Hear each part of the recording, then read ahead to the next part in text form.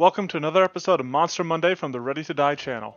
This series explores the design of a creature I have built for Pathfinder 2nd Edition. The stat block for this creature can be found over on the Monster Monday blog, as well as the Twitter and Discord, all of which are linked below. I am back with another original monster that I've acquired art for, the drunken dead, the Rotgut. In life, this boozy brawler from beyond the grave was so drunk when they met their demise that they didn't even realize their passing. They have carried on as though still alive, but are even more possessed by their thirst for drink.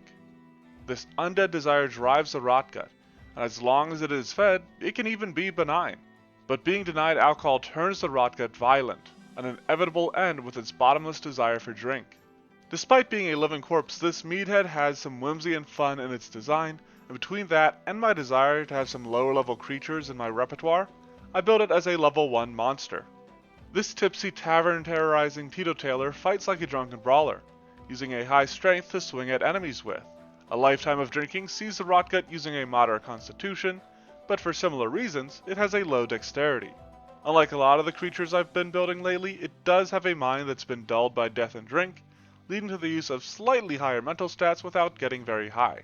Its perception score uses a low value, because, as described in its lore, the Rotgut comes from somebody so lost in the sauce, they don't notice their own death. From its skills, it has a high athletics to bully and push people around, a moderate acrobatics to balance in its ever-spinning world, and then a low intimidation for it to hurl drunken insults at other patrons. In regards to its defenses, the Rotgut only has a moderate armor class. Its inebriated state leaves it a little clumsy and its reaction times slow. But in return, it has a rather high tolerance for punishment as seen with its high hit points. As an undead, it has a host of immunities, but its mushy and booze-soaked flesh leaves it with a rather high weakness to slashing and fire damage.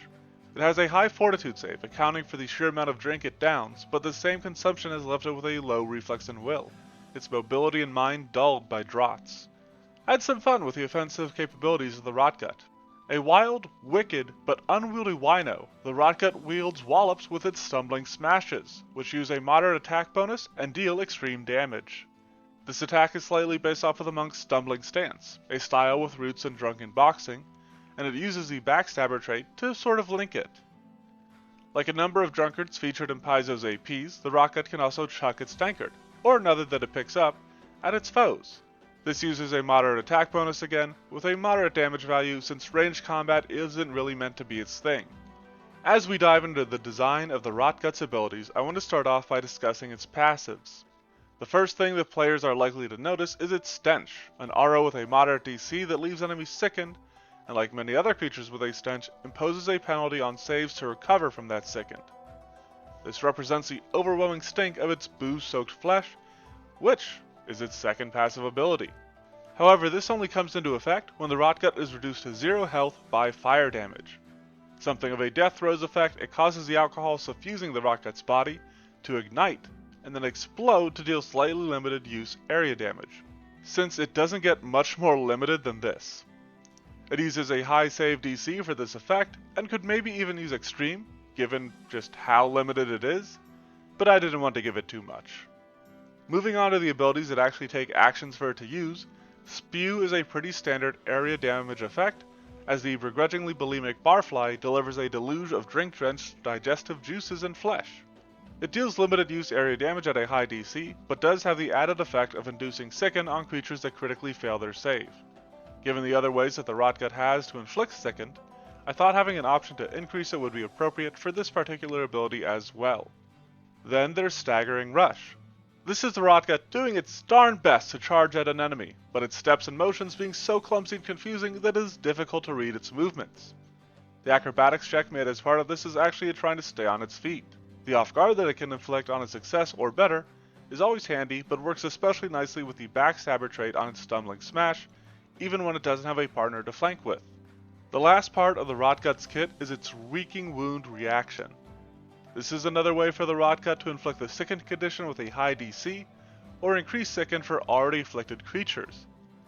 This promotes interactivity within the Rotgut's kit, though I made sure to limit the sicken it could inflict to a maximum of 2, so that between the sickened condition and the circumstance inflicted by its aura, which would stack, it's only a max of -4 on saves to reduce the sicken value, which I acknowledge is still pretty gnarly, but at least I put a limit on it, right?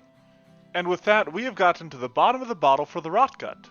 Drowning in drinks and draughts, this doughy drunken dead doles out dire deckings before drenching duelists in the dreadful dredges of his disgusting digestives. With its low level, the Rotgut can be slipped in early in a campaign and is kind of a goofy creature, with it tripping over itself in its staggering rush, and tending to explode in a fiery end.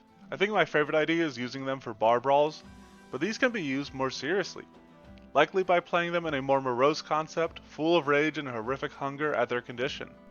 Let me know what you think of this monster, and what other creatures you might like to see.